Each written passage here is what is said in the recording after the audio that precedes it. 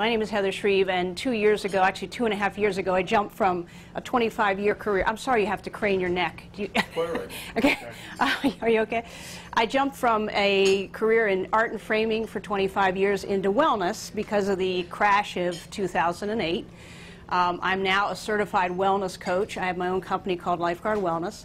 But the real passion behind that was that I really wanted to transform people's health in a way that hadn't been done before. So all I concentrate on is behavior and thinking patterns. That's all I do. So today I'm going to unveil or show you the guts of my program that I do for group corporate coaching. I have unique content that goes with that as a workbook and audios. So I'm going to give you the intro to that. But before I get into that, I wanted to give you a little insight into my past because I think it's going to explain a lot about why I'm even here today. I wanted to share my story of Africa. I'm writing the memoirs right now. I was in East Africa in 1983. I am writing, it's called Caught on the Equator, Finding the Fire Within, and that's because I was put in jail in East Africa in 1983. So in '83, Kenya was a boiling cauldron. You know, poaching, corruption was being stirred by Moi, the president, who was a totalitarian government at the time, and he was ruling by fear. In 1983, I was only 19 years old. I didn't realize the cauldron I was walking into. I was there on a zoology study group trip, and we were going to spend 4 weeks in the bush, unprotected. You know, there was no cell phones in 1983. And it was a very rough trip. And on my way out of Nairobi the first day, I picked up a piece of bone. It was actually a bracelet from the Maasai, but it turned out being ivory. So 3 weeks later, walking down the beach on the Indian Ocean, I was accosted by plainclothes police. I was, and I'm shortening this up, you'll have to read the book. I was marched to a paddy wagon at gunpoint. I was driven to a very small jail in a palm forest called the Shimba Hills in Mombasa. Nobody knew where I was. It was a one-story building with no running water, no electricity. I was strip searched. I had a statement taken by candlelight, and I was taken into a courtyard where I was lined up against a wall, and I thought I was going to be executed. And in that silence of the gap, I realized that I wasn't ready to go. I didn't want to go. I wasn't ready. There was so much more that I wanted to do. I didn't know if I was going to see America again. And they, instead of shooting me, they took me into a 6 by 9 foot cell with other Maasai women. And the worst offense that they had done is disobey their husbands. So the truth is, I really thought I was never getting out. After that, I was able to see my true essence. After that incident, when I got back to the United States, I was able to see things that I never knew that I had. In fact, with no worldly possessions and only my vulnerabilities, I was able to find the fire within. And really, Kenya became a mirror that reflected my light back to me and asked me the biggest questions in life. Who are you? What do you stand for? And how far will you go? And that's the same 3 questions that I ask in my coaching, that I'll ask of you today. Who are you? What do you stand for? And how far will you take it? I didn't know the answers to those questions at the time. I only knew the answer to one question, and that was by one woman, once upon a time in East Africa. But eventually, all my questions were answered, one day at a time, one question at a time. And on my jagged path in life, I have found my greatest gifts. So when you face adversity, whether it be the crash of '08 or whatever adversity that you have in your life, be aware that your greatest gifts can be hiding in the unknown. So embrace it. As I say in the book, when you meet adversity, embrace her. She will always change you for the better. So, with no further ado, I'm going to show you the 6 invisible barriers that we're all up against in health. And, you know, and I'm going to show you a little illustration, and I know you'll get it because a picture's worth 1,000 words.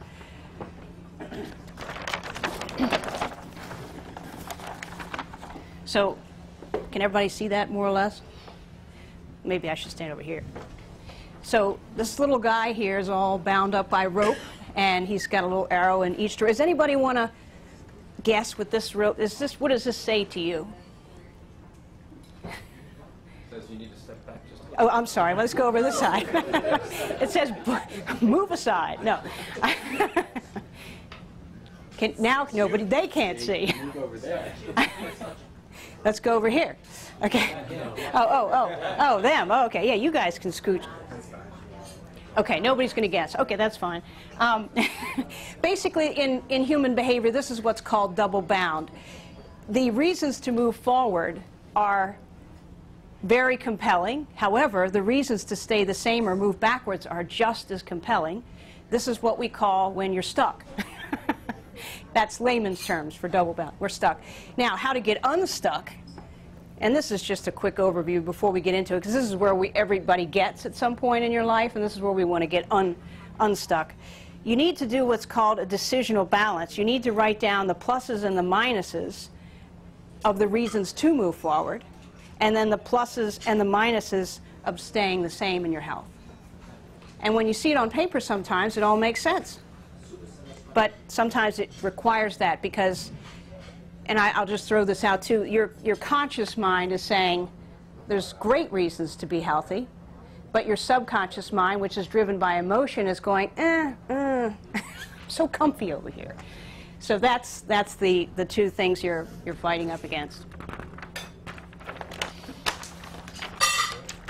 Okay, so the first part, the first thing that you're going to be finding, whoopsie, first thing I'm finding is it's stuck. No.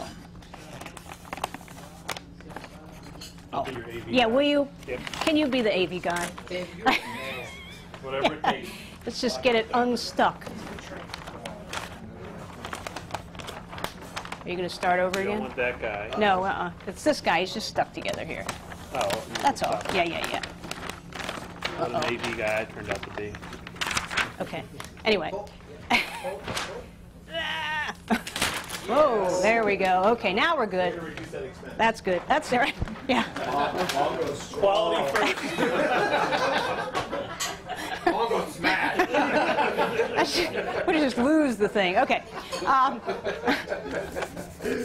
The first invisible force we're up against is the fact that it takes 21 months to do anything without thinking, and that's what's called an unconscious competent. You know all about that, Matt. And the stages are, we'll talk about Danica Patrick as the stages. Danica Patrick, who's the Indy driver, at some point didn't even know there were cars. So she was an unconscious incompetent. And then one day somebody said, you know, there is a car and there is a racetrack, and she became a conscious incompetent. And she knew of the sport but still couldn't drive. And then somebody taught her to drive, and she became a conscious competent, which is where most of us are in our health. We know about it. We know what to do. But we're not really at that stage where we are free, so we don't have to think about it anymore. It becomes part of our very being. We can wake up every day and go, you know what? I know exactly what I need to do. I know exactly where I need to strategize. Even if I fall off a cliff, I know how to get back, and it becomes part of your very being. So when you start a program or you say, geez, I really want to go to the gym and all these things, and you get out there about 6 months, and then you go, and then you come back, it's because it takes 21 months to get to that stage where it becomes part of you. So this is a huge relief for people because they think they're failing. No, it's just the way we grow and learn. We grow and learn and get to this stage and we're good. So next time you think about a program or doing something, just realize it's a journey, not a race. So give yourself some slack, you know, be accepting, and just, and of course I teach the steps to get there, but just know that it's going to be a little bit of time. This is what I call the ring of responsibility, and in health this is going to help you in two ways.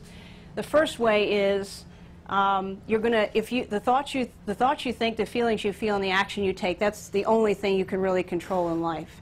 And it's going to help you if you take control of that piece around health. It's going to help you tremendously. Obviously taking responsibility is a good thing. As soon as the minute you stop reaching out and saying it's this, it's time, it's family, it's this, it's that, it's the other thing, and you shrink it back down to these three things, you're going to be able to take control and get back in the driver's seat.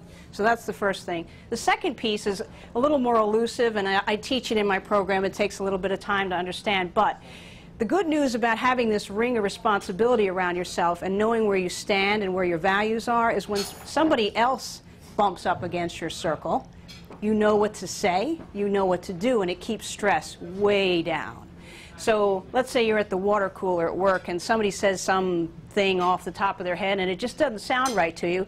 If you know where you stand and you know where your values are, you can pull them aside later and say, listen, you know, and set a boundary, which is this ring, and say, when it comes to me, you can't say stuff like that. But I'm sure we all have toxic people in our lives, things that happen to you, and if you know where you are, you can say something and it can be moved along and not a stressor over time. My sister and I have a little system called pay as you go, and that is as soon as something crops up, you address it and you let it go. You don't let things fester. You, as you say, pay as you go, right along the line. Nothing gets shoved in the back corner for another day. So this can help you just keep stress way down. I find that now that I know where I stand in life on a lot of issues, it's easy. It becomes really easy.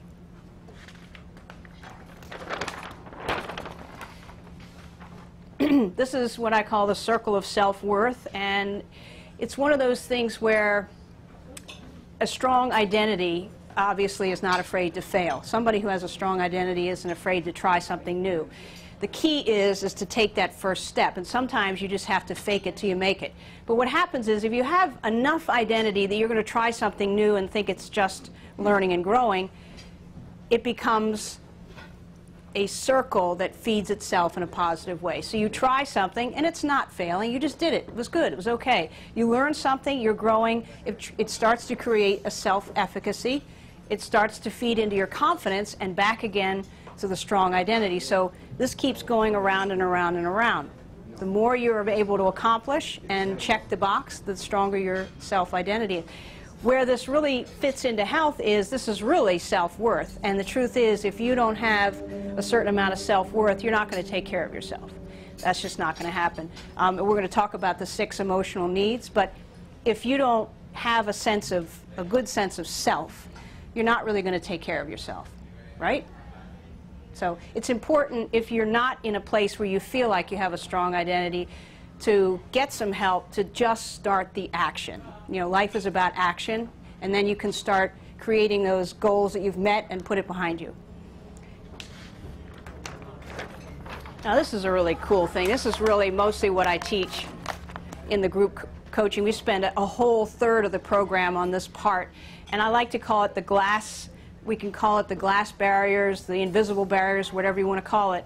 But basically, in the beginning, as we grow towards our best selves, becoming our best selves, the first invisible ceiling you're going to run into is habits and patterns. And that's what you think, your thinking patterns, what you do every day, the little tiny things that you think are innocuous, like choosing X, Y, Z over this. It's really about the slight edge. Over time, you're going to accumulate a lot of micro decisions that are going to create macro results.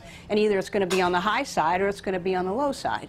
So these habits really play strongly into your goals over time. The second layer, which is a little more elusive, is the beliefs and values. You know, everybody I ask says, yes, I think health is near the top of my list. And when I ask them, are they working on it, it's almost always a no. So this is something we have to resolve. There's a lot of people out there who say, I believe health is luck. And that's really not going to work for them. That's an off-the-hook thinking. So if you think health is luck or you're going to die of something, you're probably going to say, I'm not going to really work on it because it's all luck. It's not, I can't control it. The truth is, you can control it. And so these are just some of that's tiny little beliefs I'm just throwing out there. There's a lot of bigger beliefs that keep people locked in. The last one is, which is really interesting, as I talk about it more and more, I understand more and more. People have a thermostat setting right about here because they've never had, and I asked this to a group the other day, you know, does anybody in your family a Brad Pitt or a Danica Patrick or a mega success in some area? And of course no hands went up. And that's because we don't have models in our immediate circle that are mega successes all the time. We don't know what that looks like, even in health. So at this barrier level, you get stuck on fear and doubt, because you don't know what's next. You don't have a model for it. And of course, there's a lot of things that feed into that fear and doubt too, but that's just one thing. Our thermostat setting from our childhood, you know, if your dad made about $100,000, subconsciously, you're going to be stuck right about there. And same with health. If your parents kind of did, yeah, they were okay on health, you might get stuck right about there and not realize it. So we do a lot of addressing and assessing of all of this. From the beginning to the end, we address it, we assess it, we put an empowering, and the big question is it limiting you or is it empowering you? Those are the two big questions that we ask all the time. And if it's limiting you, we get rid of it. So here's something that I've put together to try to explain what a belief is and how we can shed a belief if it's not working for us. I had somebody come up to me the other day and said, you know, I don't eat black food. I was like, really? I said, who told you that? He said, I don't know. I said, why not? I don't know. So people have a lot of these beliefs that they're carrying around that they don't even realize are really perhaps working against them. So in your childhood, what you heard, saw, and felt is where it all begins. You know, all the things you heard about health, all the things you saw modeled, and all the things that you felt. You take away into life. And with that perception, a lot of times you start to fill that perception. This is the beginning. Unfortunately, it may not be the correct perception. It's just your mind is looking for that. So as you go through life, you have results, outcomes, perceptions, and lessons, and all of a sudden you decide that, okay, this was this way, this, and this has got to be true. It's got to be true. This belief over here has to be true. In fact, you can change the life experiences is what fed into it, but you can change how you look at those and completely shed a belief. And the reason and how you decide how to shed a belief is, again, is it empowering you or is it disempowering you? So let's go back to the black food. Is that limiting? Yes, it is. So we can get rid of that belief. We can try something new. So that's how I describe a belief, because people believe that their beliefs are rock solid, that there is nothing you can do about certain things, and it's not true. You can absolutely shed a belief and grow a new one, which is kind of cool. Everything can be changed. So here's the last piece that I'll leave you with, and then we open it up to Q&A if you like. And this is a big section. We spent a lot of time on this section because it takes some time to realize where you are, and then I teach people how to fill these emotional needs. I'm going to stand over here for a sec. So not necessarily in order, but at the top of the list is love and appreciation, and I know everybody can picture if their family sat down with them and all the time that they spent with them was around the table. For them, food equals love and appreciation. So we have that thing to work up against. However, if your love bucket is not at least half full, you're going to have trouble with self-care. Okay? Freedom. If you don't have a certain amount of freedom in your life, if you can't do things you want to do, that's not going to be happy times. If today is not better than yesterday, you're not going to be very full of hope, and again, not likely to be taking care of yourself. Significance and contribution. If you don't feel significant in the world, if you're not contributing something of your gifts and strengths every day, if you don't feel like you bring something to the table, the chances drop also of taking care of yourself. All humans need a certain amount of certainty and comfort. That's a big one for us, you know, with this whole economy and everything. People are drinking more, smoking more, eating more, and it's because of this. They don't know where else to go. If you don't have a certain amount of creativity and variety in your life, we need a certain amount of uncertainty in our lives. This is an interesting one, though, and you know, humans are driven to create, even if you're just writing something or just the little tiniest thing. And I've talked to a lot of people, and sometimes the thing that's missing the most is they're not doing anything productive. In other words, they're not producing something for them or for the world. They haven't journaled in 10 years, or they haven't created a painting, they haven't done anything that they can say, hey, look what I did today. And that can really wear on you over time, you know. I have a story, a family story about creativity, just to show you how compelled people are to create even under extreme adversity. My grandfather was born in 1897. He was a flyer in the First World War. He was a full-fledged, almost bird colonel in the Second.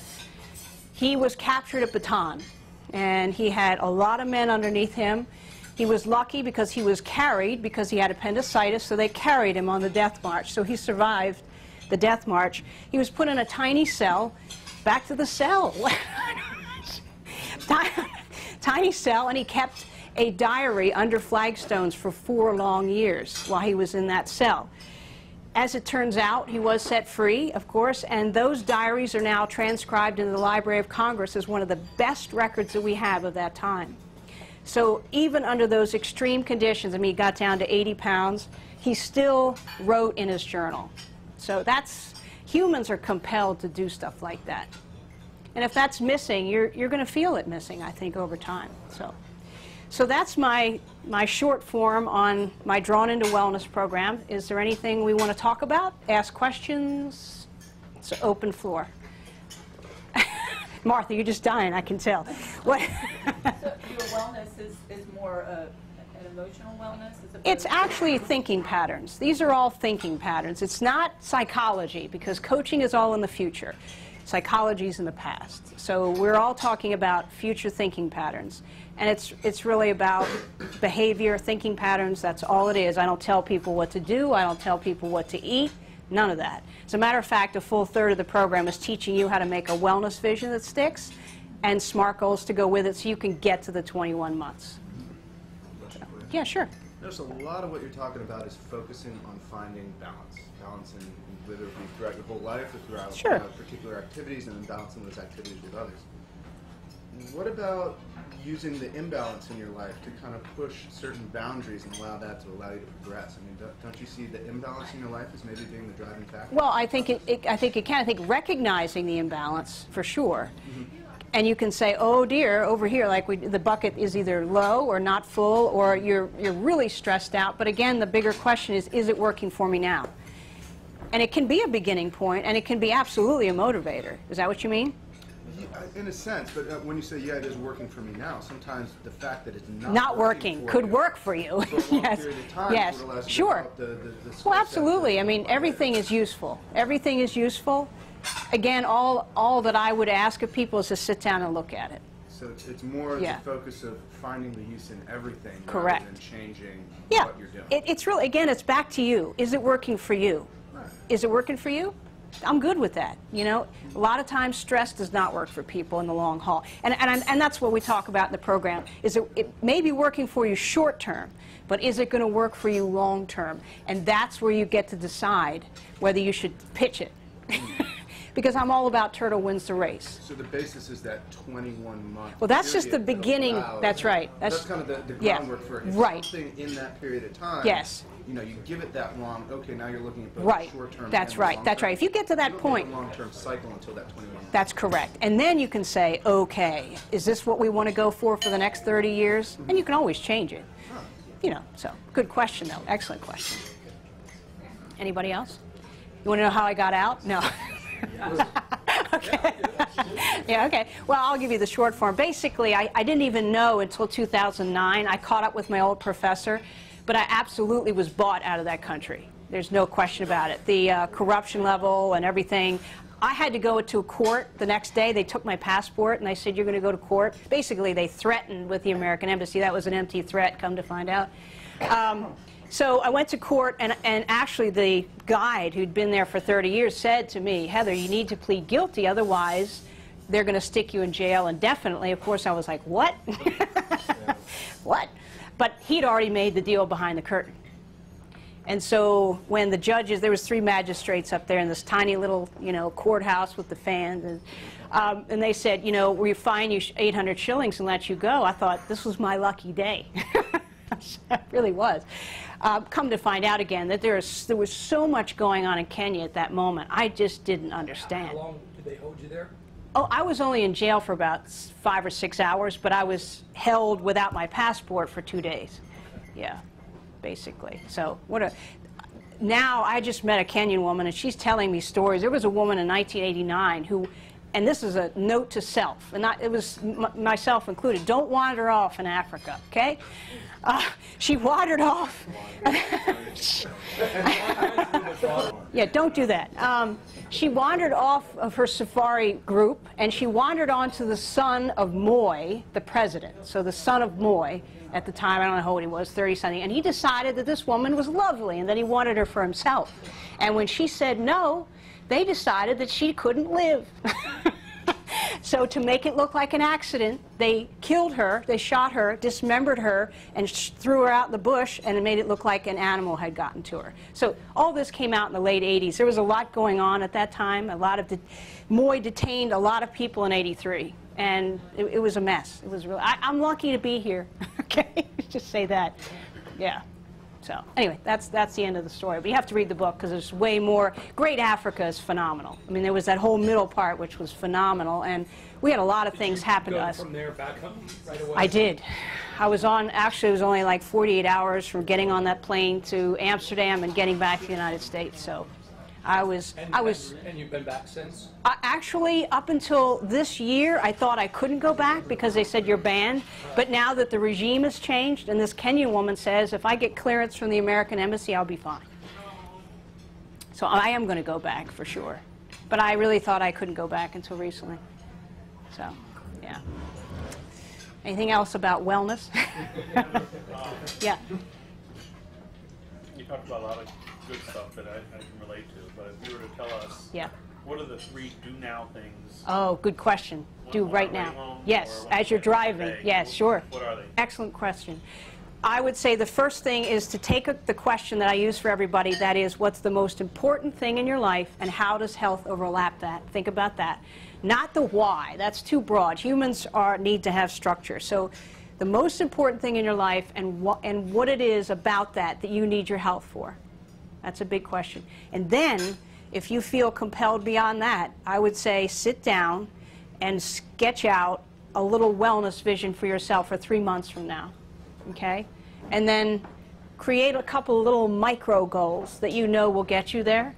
And very small, because the whole key is to do a win, an early win, so you won't get discouraged. So create some little micro goals like, I don't know, you just have to make them up. Like put a little cue on, huh? Don't eat black food? Yes, right. A little stupid stuff like, no, but really small, like get a new pair of shoes, you know, or look online to research something, or just teensy-weensy little things that will get you started down that road. Is that, yeah, that's it. Anything else? Yeah. By the way, thank you, Steve, for having me today. I'm sorry I missed you in the beginning there. Sorry I wasn't here to properly. That's okay. That's okay. Thank you. Matt did a fabulous job. Yeah. Not as good as you. I think it was probably better. The script. I do have some information to hand out to you guys because since you're here today, I am going to offer you what I just did here for an hour at your business for $100 off, so I'll hand that out.